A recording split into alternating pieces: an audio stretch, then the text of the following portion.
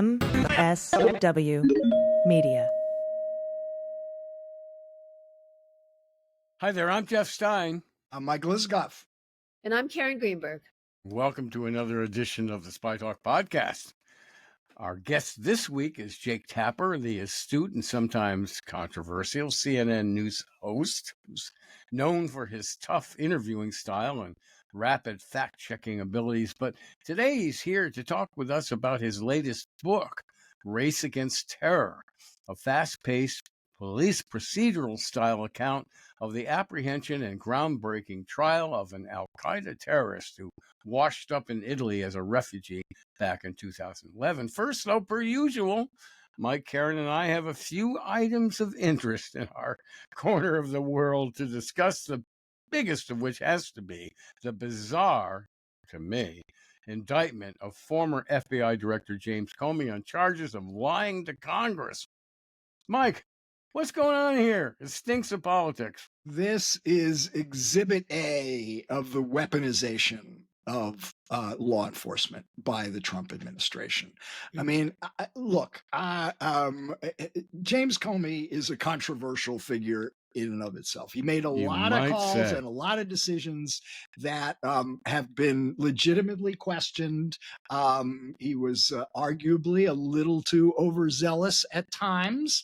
And he's been chastised by the Inspector General of the Justice Department quite harshly, as a matter of fact.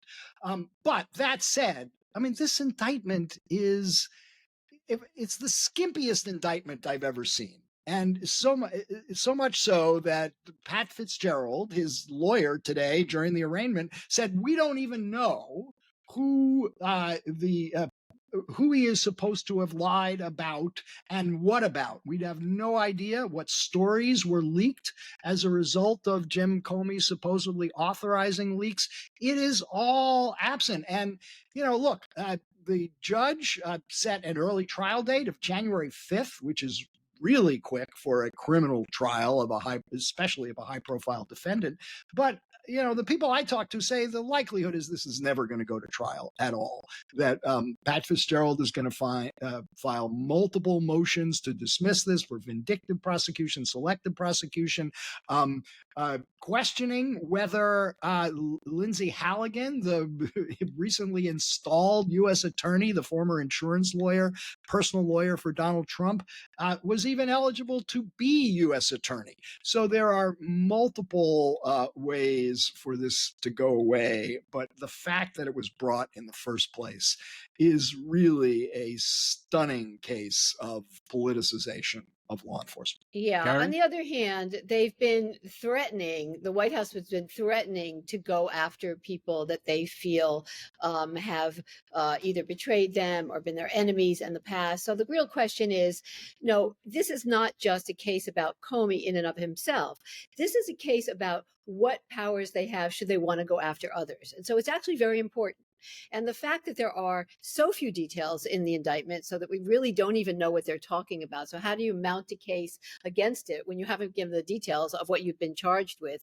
The fact that they're willing to use the justice system in a way that really contravenes so much of the exquisitely detailed work that you expect in an indictment and a way things will play out in court is really problematic. And so the question is, can the courts find a way to push back against an abuse of the norms and the regulations? That I just want to add one more point about how skimpy this indictment was and devoid. Pat Fitzgerald, Comey's lawyer, did a false statements case. He was appointed by the then Deputy Attorney General of the Justice Department, James Comey, to be the independent counsel in the Scooter Libby case, the leak of Valerie Plame, the former the CIA operative whose name was leaked by people in the Bush administration. When Fitzgerald brought that indictment, he had a mountain of facts to back it up, something like 8 or 9 people who could put Scooter Libby in the room knowing what he denied knowing to the grand jury. He had multiple, ways to prove, including he could identify which reporter Scooter Libby talked to, Judy Miller of the New York Times, what he told that reporter. There was abundant evidence, and that is totally lacking in this case. I'm so glad you brought that up, because the idea that this is Pat Fitzgerald, I mean, for people who have paid attention to the criminal justice system at its highest level over recent decades, before he went into private practice, Pat Fitzgerald is one of those names at the very top, not just for terrorism cases, which I follow, for a lot of other cases. And knowing what a prosecutor does and how a prosecutor does things is just entrenched in who he is and who he's been. And so this is, the right person for the job, and we'll see how this plays out. But it's very much, to your point, sort of the old system versus what's happening now, the customary traditional system versus what's happening now. And it really matters. Yeah. And we need to keep in mind, it can't be said often enough that none of the prosecutors in that office would join and they would issue an indictment, and they quit or were fired.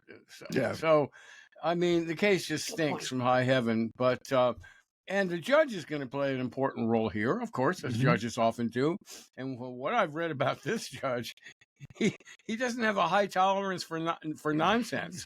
So he's going to be receptive. I wonder how he took it when one of those newly brought in prosecutors they had, because they couldn't find anybody inside the office to do it, then had to get up and say, well, Judge, I'm new and I'm not really familiar with the evidence in this case. They couldn't even find judges prosecutors in Virginia.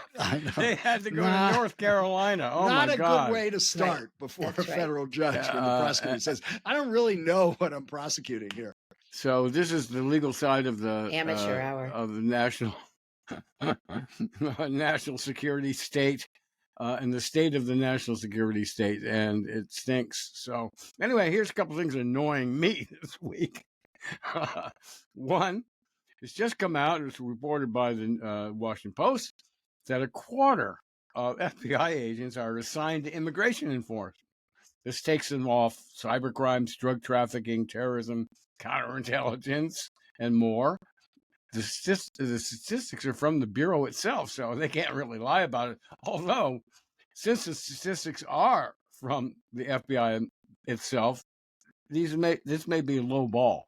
There may be more than a quarter of FBI agents assigned to immigration. I was talking to an FBI source just today who pointed out to me that the counterterrorism fly team has lost 20% of its staff in the last few weeks, or last few months anyway. And this is, by the way, a pretty important team.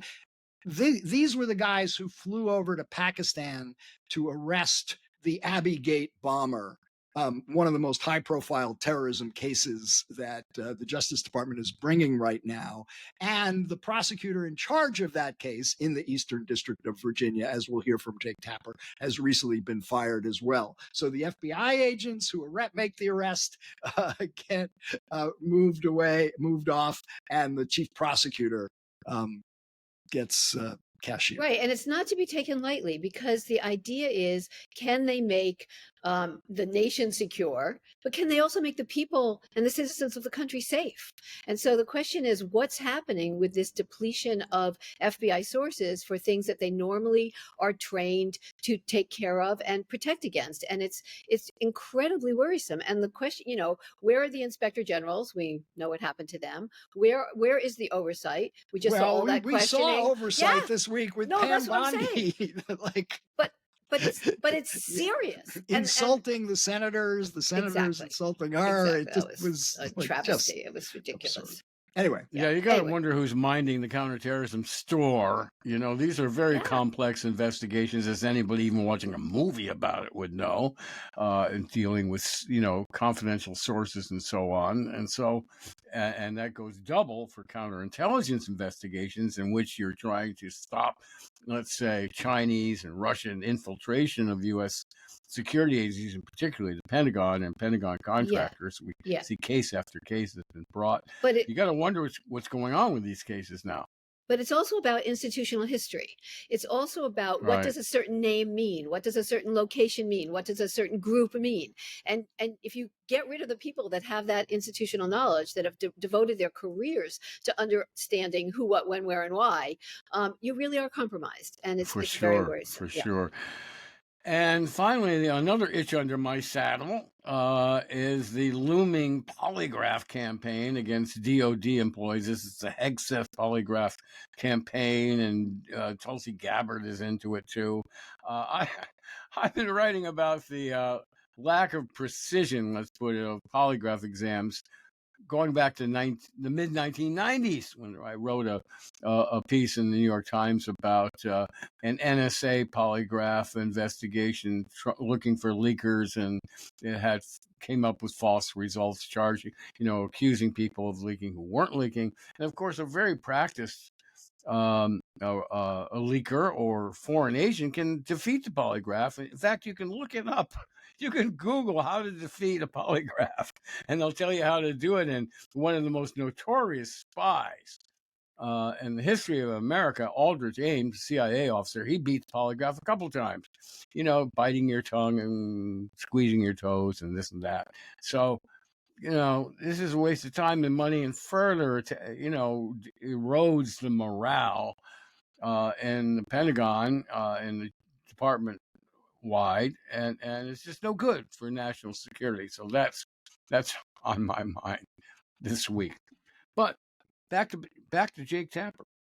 Of course, our listeners know him mostly as the CNN host and presidential debate moderator, but he's also well regarded, actually often highly praised, and prolific author of both fiction and nonfiction, the latest of which is Race Against Terror, which may sound kind of wonky, but is actually kind of a true crime detective story and courtroom thriller. And we are delighted he took out time from his very busy schedule to talk with us today. And so, without further ado, Jake Tapper, welcome to Spy Talks. It's great to have you here. It's great to be here. Thanks so much. And great to talk about your great new book, Race Against Terror, which I found absolutely fascinating. I didn't expect to, I have to say. Years old, decades old terrorism case. You want to explain why you didn't expect to? Decades old terrorism case. I thought, I've had enough terrorism cases. I've had enough Guantanamo, et cetera, et cetera. Anyway, but I got drawn in, and I was fascinated. You're a good writer. Thank you. As I know from reading your novels. And we exchanged a note or two about those in past years. So you're a terrific writer. And so I invite anyone who's even mildly interested in the subject to pick up this book, and you'll find that it draws you in and kind of captures you for a long time. And it's a serious book as well.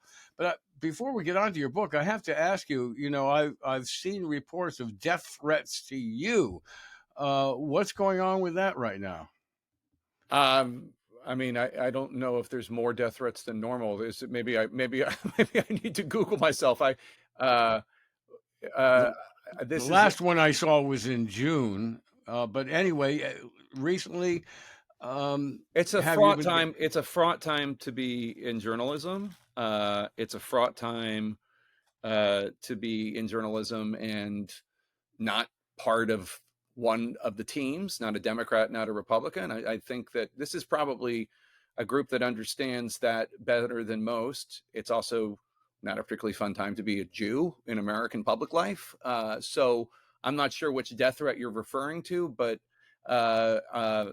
it's been a rough few years. And I think everybody whose face I'm looking at right now knows what I'm talking about in terms of not being perceived as a Democrat or a Republican. That means you don't have a built-in team rooting for you, defending you, protecting you, and also, having a last name like Tapper, Stein, Greenberg, or Isikoff, can also bring some unwanted attention from people who assume that you feel certain ways about activities going on the other side of the world that you maybe don't feel that way. Fraught time indeed.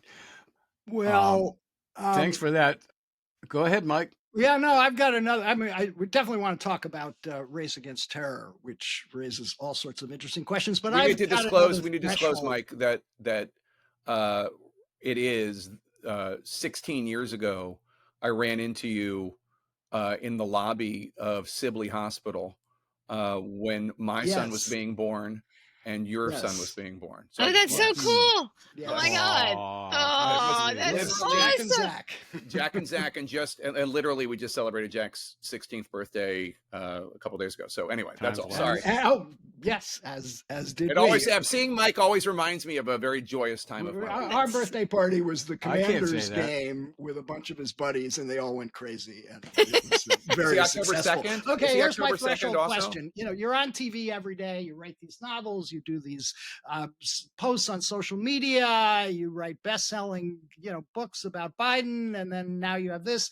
I want you to address the conspiracy theory that there are multiple AI-driven Jack Taper bots that are producing all this stuff. No. So this and book, if that's the case, which Jake Tapper do we have here today on the pod? so this book, Race Against Terror, I started 3 years ago, and it was actually at Jack's birthday. We were doing a paintball birthday.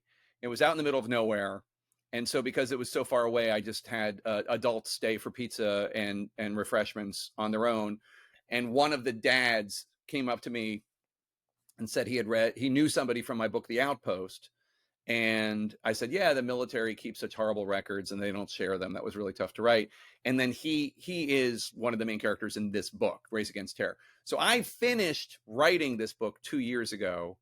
And then I'd spent the 6 months after that, editing and fact checking, but it was done and had been done before I started writing the Biden book, which we obviously rushed into production because we wanted to get it out there as soon as possible. So that there is an explanation for it. Do you think that you'll have a book on Trump state of mind and health, and how the administration is protecting him from obvious cognitive decline? Well, we're only 9 months into it, so it's a little early to say. I look forward to reading. I know Maggie Haberman and Jonathan Swan are working on a book right now about Trump's first year. So, I mean, I wrote the Biden book because I wanted to read a book that explained what happened, and nobody was writing it. So I said, okay, Alex, let's you and I write it.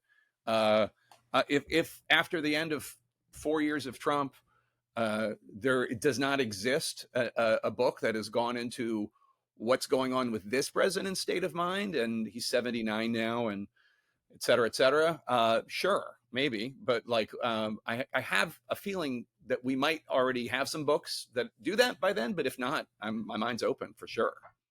Yeah, not much of it is hidden, I must say, watching That's his the other performance thing. every day. He's not hiding. There's no one's hiding anything. He's saying all these wild, false things and confusing this and that and lying, and it's all right out there, You're going to get more threats.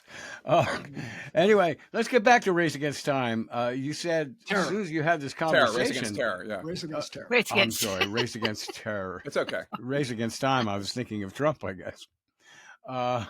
Anyway, you said upon this conversation you had at the paintball birthday party, you were immediately taken by the story and fascinated by it. I understand after reading the book why you were, but in your own words, what was it that immediately captured you? So what was so fascinating to me was the sleuthing of it all. You guys know this because this is what you write day in, day out. But generally speaking, when I cover trials or I have reporters on my show to cover trials, it's the case that's being presented or it has been presented. And there isn't very much explanation as to how that evidence came forward. The spy talk, as it were, the accumulation of evidence. What happened in the story, when Bitcower told me the story, Dave Bitcower, who was the assistant U.S. attorney and one of the main characters, and also my son Jack's friend's Mac's dad, when Max's dad told me the story, it starts off on the deck of this Italian cruise ship during the Arab Spring on the Mediterranean, where a 5'6" man from Africa asks an Italian Green Beret for some water. He gives him the water. He sees he has a bullet wound scar, asks him how he got it. The guy says, I got it fighting Americans in Afghanistan. I'm in Al-Qaeda. I don't belong with these refugees. That's who's on the ship. And from there, he confesses, and the Americans have a choice. Do they try to prove that his confession is true, his confession of killing Americans in an ambush in Afghanistan in 2003, trying to blow up the U.S. Embassy in Nigeria a few years later. Do they try to prove that to be true and try him for his crimes? Or do they let the Italians just deal with him, and the Italians will probably just let him go in a refugee camp and he'll escape, and he's very determined to kill as many Americans as possible. Why did he confess? There are two reasons, I think. One is he had been in a Libyan prison for several years where he'd been tortured, and I think his mind wasn't fully the same after that. I don't think anybody's would be. He had been taken by Gaddafi's stooges from the prison during the Arab Spring when the Gaddafi regime was falling. They would, as you know, like empty the prisons and try to send them all to Europe. And Gaddafi made this threat very, very loudly that you don't, you support the Arab Spring against me. I'm going to send these jihadists to Europe to kill all of you. So that's one. I think he was just dealing with being free and, having been traumatized in prison. The other thing, and this is an interesting story, it's not in the book. So Bithauer went to Yale, and Bithauer, when he was at Yale, interviewed Ron Darling for the Yale Daily News. Ron Darling, the pitcher. The pitcher for the New York Mets. He won a World Series, et cetera, a huge baseball star. But when Bithauer interviewed him, he wanted to talk to him about this no-hitter he pitched in college.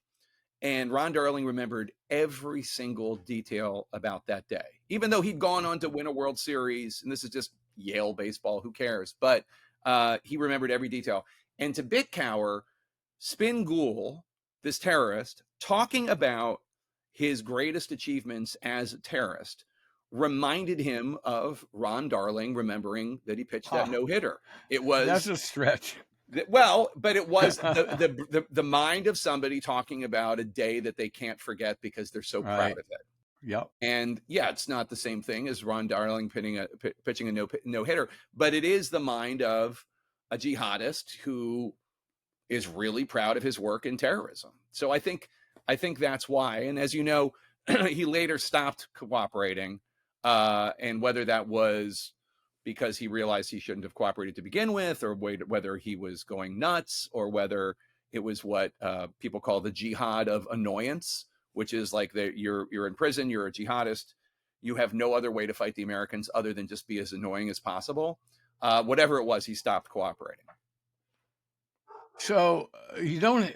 Do you know of any other case where a captured Al Qaeda suspect immediately confessed and expressed pride at killing Americans? No, I don't, and I don't. Also, this was the first, and as of now, only foreign terrorist brought to the United States to be tried in a criminal court for killing American soldiers, service members on a battlefield.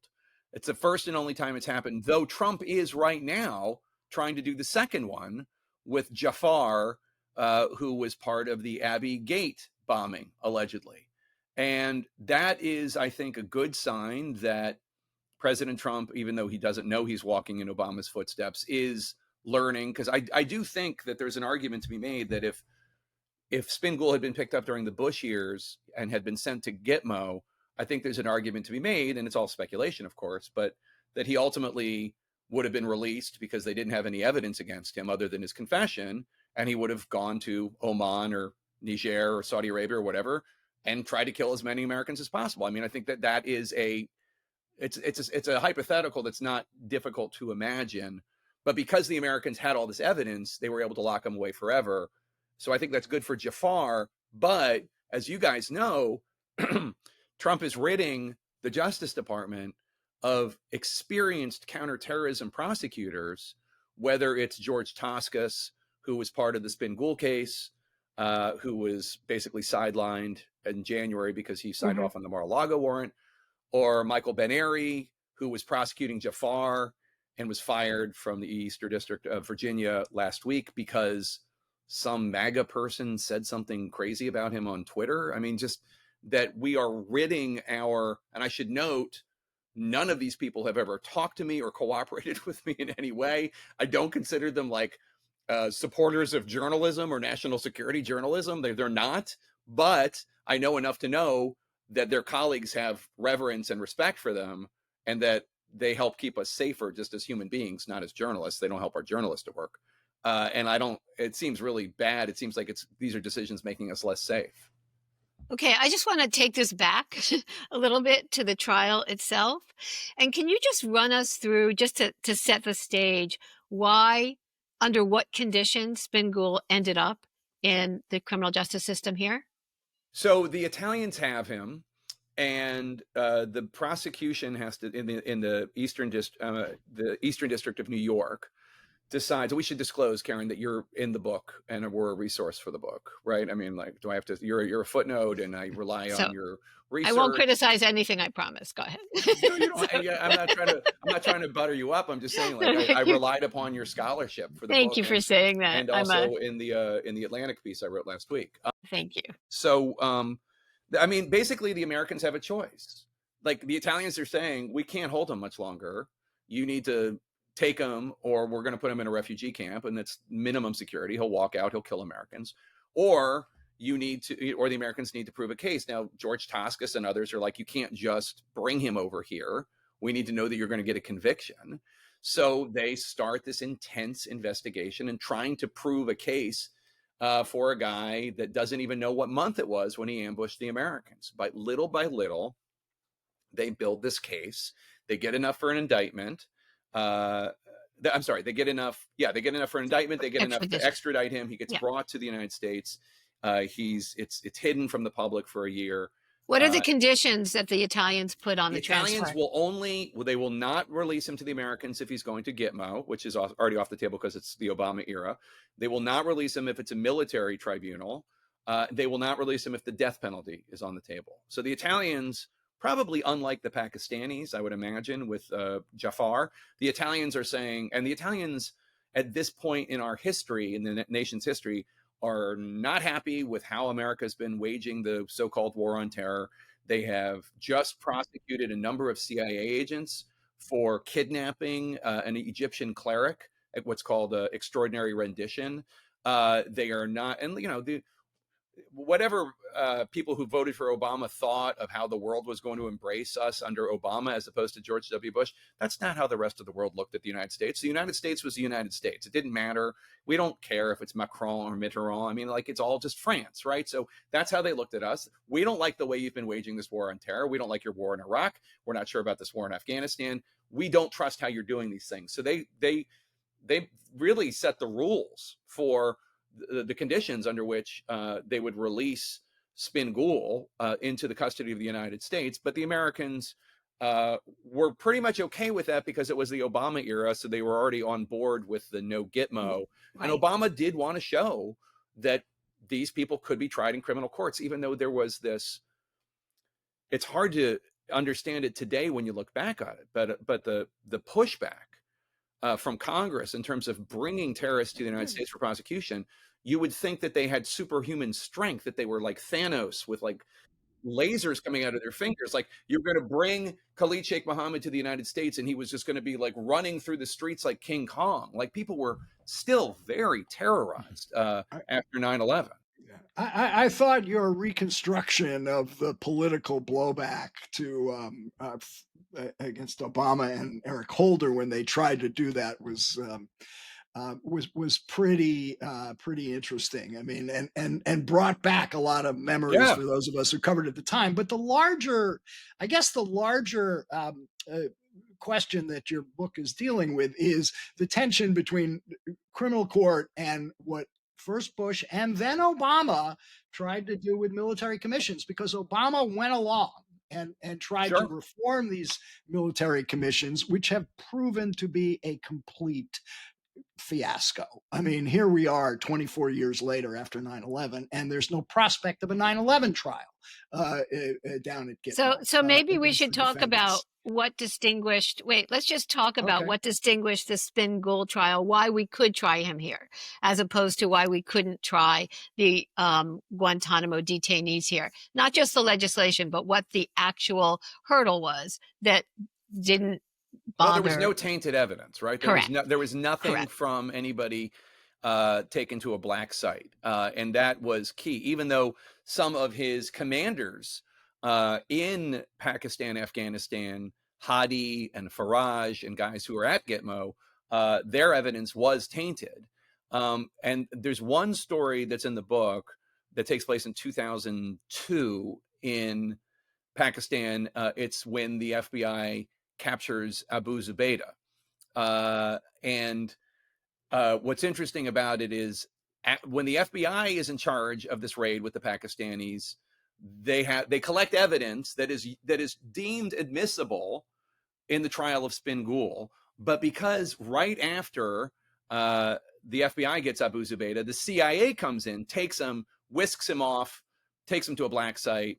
None of the evidence after that is usable. But because the FBI was doing things the quote unquote right way, that evidence was allowed to be used. And none of there were questions, and this is where George Toscas came in.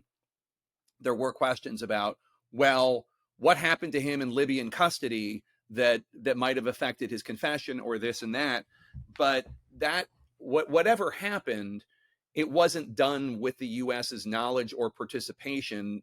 Libya was not an ally. So unlike other cases where, the US had taken somebody to a country like Turkey or Egypt and they had tortured somebody, and then that evidence came to the US and then a judge said that's not admissible. Doesn't matter if it's someone else doing it. We knew, or we were part of it, or we were working with them. That was not deemed inadmissible. And when Spin Ghoul was telling his whole story before an Italian courtroom, he was not being tortured at all. And he was read his rights, and he was being treated fairly and well, and probably the best he'd been treated in years.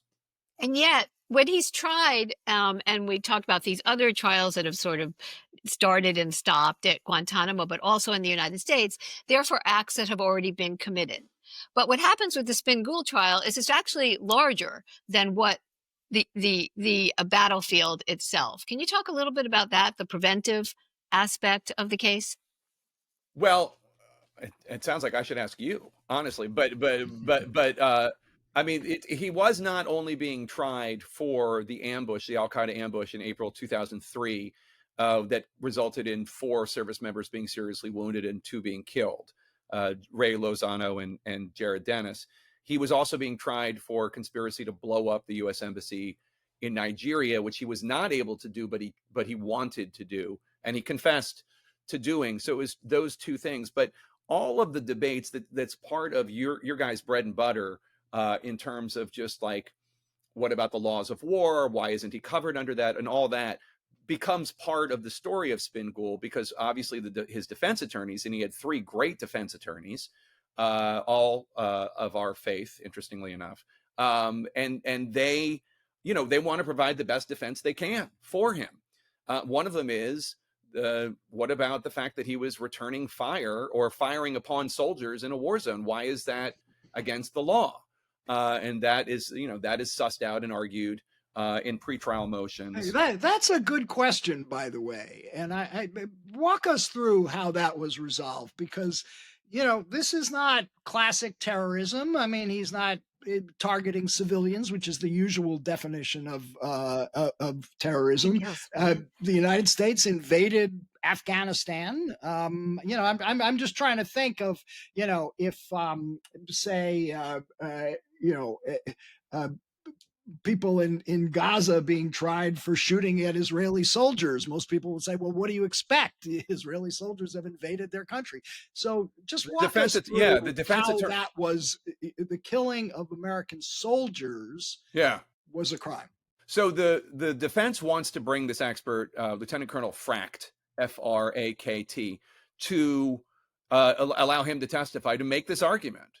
And basically his argument is, the American people are now saying that we can go anywhere in the world, our military, and kill anybody that is Al-Qaeda, but if they return fire, that's against the law. That's the argument. And Frakt makes a very compelling argument, and ultimately the judge rejects it. But more along the line, I think he just first of all, the judge was a Bush appointee. We should note, just in terms of his inclinations on this, but it was more because on technical grounds having to do with, I don't need a legal expert to tell me what to do. I'm the judge. and we don't need this guy to testify. And he basically just rejected it. There were other arguments, including Al-Qaeda is not a state, and therefore they don't get law of war protection. They don't wear a uniform, so they are not an identifiable military. But your basic argument that, look, the guy was firing on American service members in a war zone, was not embedding himself within population, was not targeting civilians. Fract made those arguments. And he thought that it was fair to go after Spingool for conspiracy to blow up the U.S. Embassy in Nigeria. He didn't think it was that this part of it was acceptable, but ultimately that argument didn't win. But I mean, one of the things that was interesting about this to me was just to present that as a chapter, just because it is an interesting question. I don't know. One of the great things about being a journalist is I don't actually have to know what the right answer is. I just know that these are the questions and they're all interesting and they're for the readers to decide. I guess I'm kind of mixed on it. I understand his argument, but at the same time, Spingool's a bad guy and I want him locked up.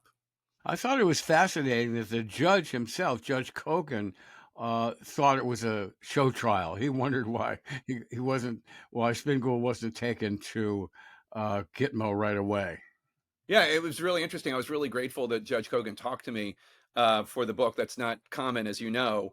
And it was, he thought his basic argument was like, look, Obama is the president. He can do whatever he wants to do. Like, if he wants to send this guy to Gitmo, he can do it. If he wants to send him to a military commission, he can do it. Like, what is the point of doing this trial to demonstrate that we can try these people according to our ideals? I think he thought it was a bit performative. And it was a huge effort. I mean, and it is difficult to imagine this degree of success with every terrorist that the U.S. ever captures. Like, what they did to get, and this is why I thought the book was fun to write and why I was interested in telling the story to begin with, is because the sleuthing of it is just so interesting. And the fact that it all worked in the end, that they actually did find the fingerprint on that book, et cetera, that was just so cool to me. But I also recognize that it's extraordinary. It's an extraordinary story, and not every jihadi that you pick up who said that they killed Americans in Afghanistan 10 years before are you going to be able to prove the case this effectively? On the other hand, you make the case that, you talk about the Gailani trial, right? Which is something that I am obsessed with. And you talk about the Gailani trial, and sort of, in a way, it put an end to the idea, right, that we were going to try terrorists in the United States, certainly not ones from Gitmo. Do you think this trial and the conviction that was gotten and the way they were able to get the evidence is one of the points of your book, that you think it sort of opened up, as you were saying at the very beginning, a lane to try terrorism trials in a way that we sort of gave up on? I think so. And I think, so for people who don't know, Gailani was the first Gitmo detainee tried in American court. The only Gitmo detainee. First and only. And he was tried for his involvement in the 1998 embassy bombings. And the judge threw out the best witness, the one who basically was the key to the whole case, because the prosecution had only learned his name through a CIA black site interrogation of Gailani. And the jury, to its infinite wisdom, convicted him of one of 285 charges and acquitted him of 284, thus guaranteeing that he would not be freed, but also sending a message to the prosecutors, like, cut the shit, like, that you did not prove your case. So I would love to interview a juror on that. I wonder if it was how I'm interpreting it. But yeah, I mean, I'm coming with you when you do that. Absolutely. I'm coming. So yeah. But the idea, so when Jeff Sessions in 2017, so the case starts in 2011, and then the trial is in 2017, the FBI wants to try it again. They want to bring a terrorist from abroad into the United States to try him. And Jeff Sessions says, no, these guys do not get First Amendment, do not get court protections. They do not get constitutional due process. They don't get it. No, he's not happy to hear about the Spingool trial, but it's already, that ship has sailed and it's happening and there's nothing he can do about it. But that's the end of that. Now, on the other hand, here we are in Trump 2, and it is going forward. I don't, with Jafar, I don't know if they even know how controversial this was back in the day. I don't even know if they know that. I mean, maybe just the Overton window has just shifted because of Spin Ghoul. I have no idea. Can I take you back to something you said a moment ago that leapt out at me on the Jafar case? I guess this had been reported, but the top prosecutor in that case has been removed, fired. What's the deal? Well, the U.S. attorney was fired, which right. Eric Siebert, but then the assistant U.S. attorney, a guy named Michael Ben-Ari, was fired Wednesday because some MAGA person named Julie Kelly, I guess I vaguely know she exists, tweeted that she guessed that he was part of the resistance to the Comey prosecution, which there's no evidence that he was, and he doesn't even work in that division of the U.S. Attorney's Office. And anyway, he was fired. And he, like Martin Luther, puts a letter on his door saying that his termination hurts the case against Jafar, and that the Justice Department leadership is more focused on going after the president's perceived enemies than they are in protecting the American people. A very stark warning, and very unlike what we're I mean, that is, that's the kind of thing we used to call a story. Yeah, that's like really significant. It is. You have a terrorist who killed Americans in Afghanistan, and the prosecution is upended because the top guy gets fired because he's not sufficiently politically loyal. I mean, I don't even know that it's even true that he's not sufficiently politically loyal. But yeah, no, it's crazy. I mean, I covered it when it happened, and I covered, and I wrote about it for the Atlantic, and I'm going to talk about it every chance I get. But I agree, why isn't that the lead of NBC Nightly News or whatever? I don't know. I can't say. It's shocking to me, though, because, I think one of the reasons why it might not be as big a story as the four of us probably think it should be is because I don't think people understand how important a good prosecutor is to actually convict these guys. It's not a gimme. It's not easy. Confessions get thrown out of court all the time. Who knows what the hell the Pakistanis did to this guy before the Americans got hold of him? I mean, Jafar. And this type of thing, the George Toscases of the world, the Michael Ben-Aris of the world, these are people you want in those rooms, even if they're not cooperating with the media, making sure these cases are as tight as possible. And when I say tight, I mean and the evidence is airtight and can't be thrown out on constitutional grounds by a judge, which is a very real possibility. We saw it happen with Galani. Toscas worked on a case in 2003 of these Hutu maniacs who killed a bunch of Westerners in Rwanda, I think, at some chimpanzee safari. And the case was thrown out because the judge said that the Rwandan interrogators were from the Tutsi tribe. Therefore, she didn't have confidence that it wasn't torture when they confessed. And those guys are now free in Australia. And that, I mean, this is what experience is, right? It's not just a lifetime of successes. It's a lifetime of failures and successes, and you learn more from the failures. And so George Toscas is I'm never going to let that happen again, ever. And that's why you want a guy like that at the National Security Division of the Justice Department, to make sure that all the T's are crossed and the I's are dotted, and these terrorists go away forever and don't end up free men in Australia.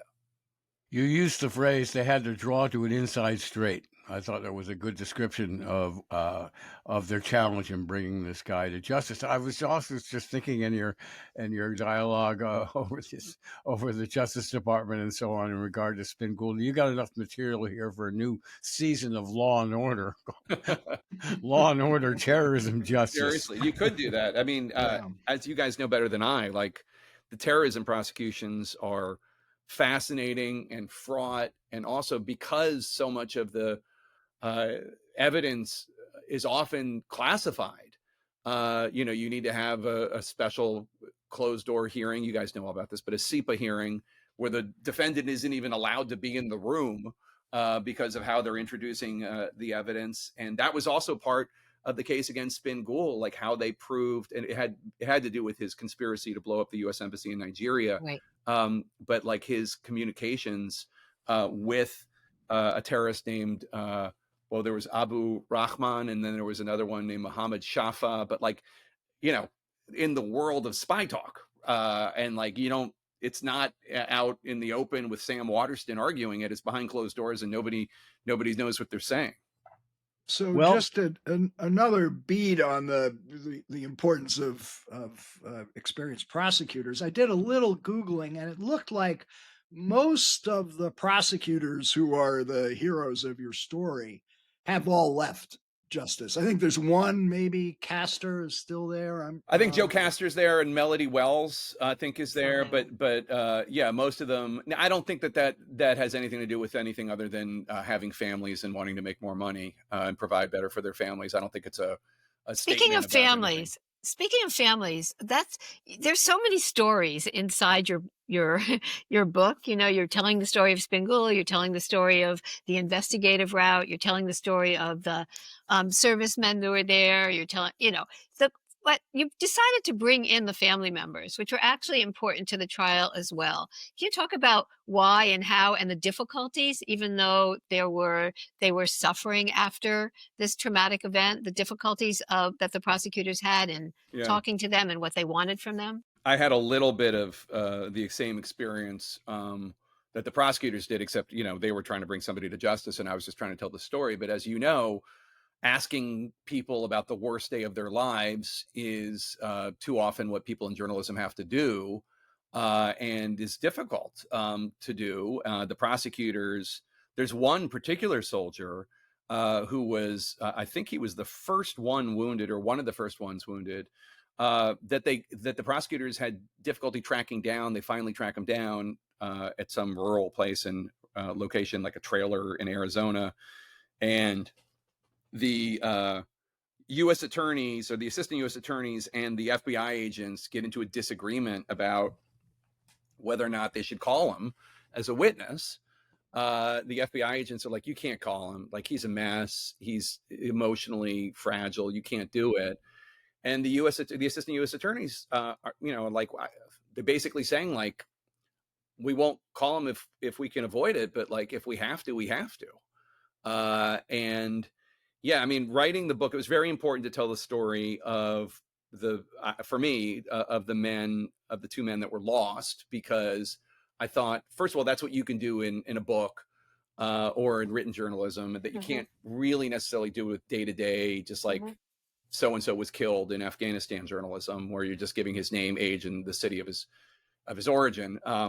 So that was important. But I also just want, like, the emotional pull of, this is what they were fighting for. This is why the prosecutors and the FBI agents were doing what they were doing. And one of the guys, Jared Dennis, who was killed, who was 19, Native American kid from Antlers, Oklahoma, was a sweet kid, and he would write home or call home and talk about how the Afghans were really not that different from us.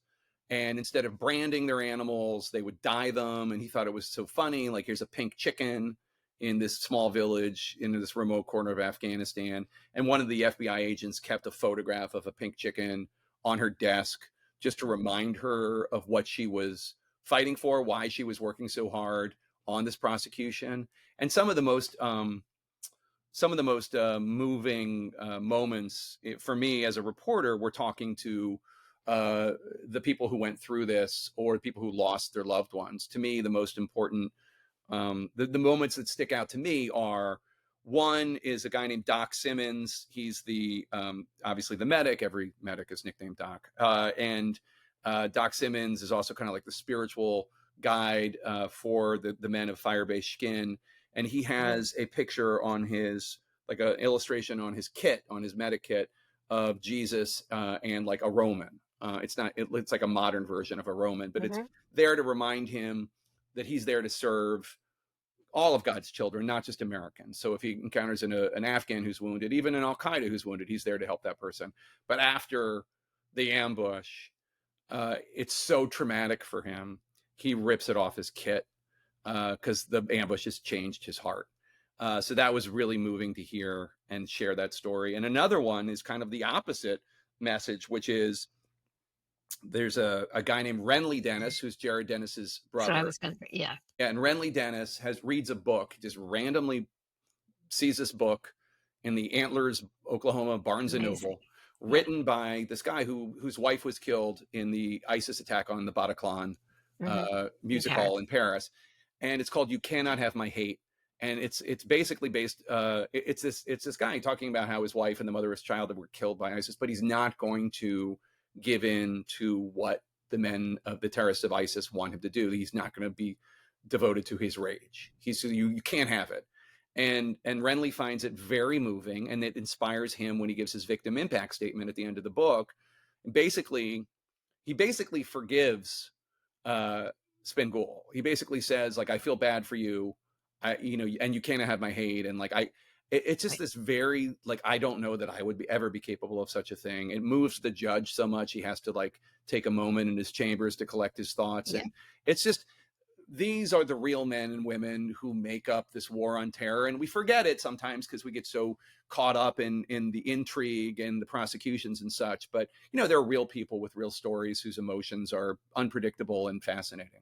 And one reason that's so important in your book is that when you think about the 9/11 trial, which we talked about in a recent podcast, one of the things that a lot of people say is the reason it's so bad that we haven't had a trial is that there's a healing process that happens with a trial, that you hear what happens, it's vetted, you get to make your victim impact statement, you get to really, internalize what's happened and feel like that's part of what it means to say justice is being meted out. And I think you show that really beautifully in your book with that last episode that you talk about. It's really nice. And for the men who served at Firebase, again, I should just say men and women, because there were MPs there who were women too.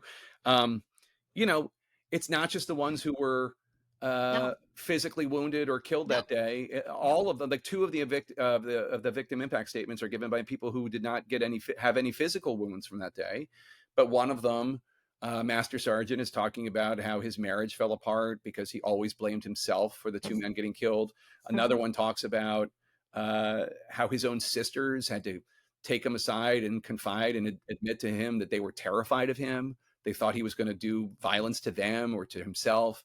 It has huge impacts on people. And, that's why I write these books, honestly, just because we all cover them from the safety of our couches or whatever, even though maybe sometimes we get embedded and go abroad. But generally speaking, the glibness with which this country sends men and women off to danger to ruin their lives forever potentially is disappointing.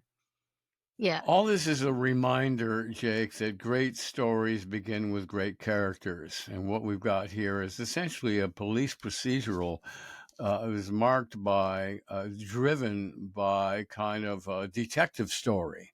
And that's one of the many elements that makes it such a good read. So I hope that people will pick up Race Against Terror. Give it a good read. It's well worth your time for serious scholars of justice and terrorism, as well as just people who like a good read. Thank you so much. Yeah, I wrote it. I wrote it differently from previous nonfiction books. I've written a few novels, as you know, and the lessons I learned while writing those novels about propulsive writing and making sure people are like really just like you grab them and you drag them with you on a story and have as little fat, if any, probably hopefully no fat in the book at all. I tried to do that as much as possible, take those lessons and write it like a thriller, even though it's nonfiction. You're a great storyteller, Jake. Thank you. Thanks so much for coming on the Spy Talk podcast. We could go on and on because there's so many fascinating Thank you so much. facets to the story. And happy birthday to Zach. And to Jack. Thank you so much. Thanks, See you Jake. around. Thanks for the book. Thank you so much. Really appreciate it.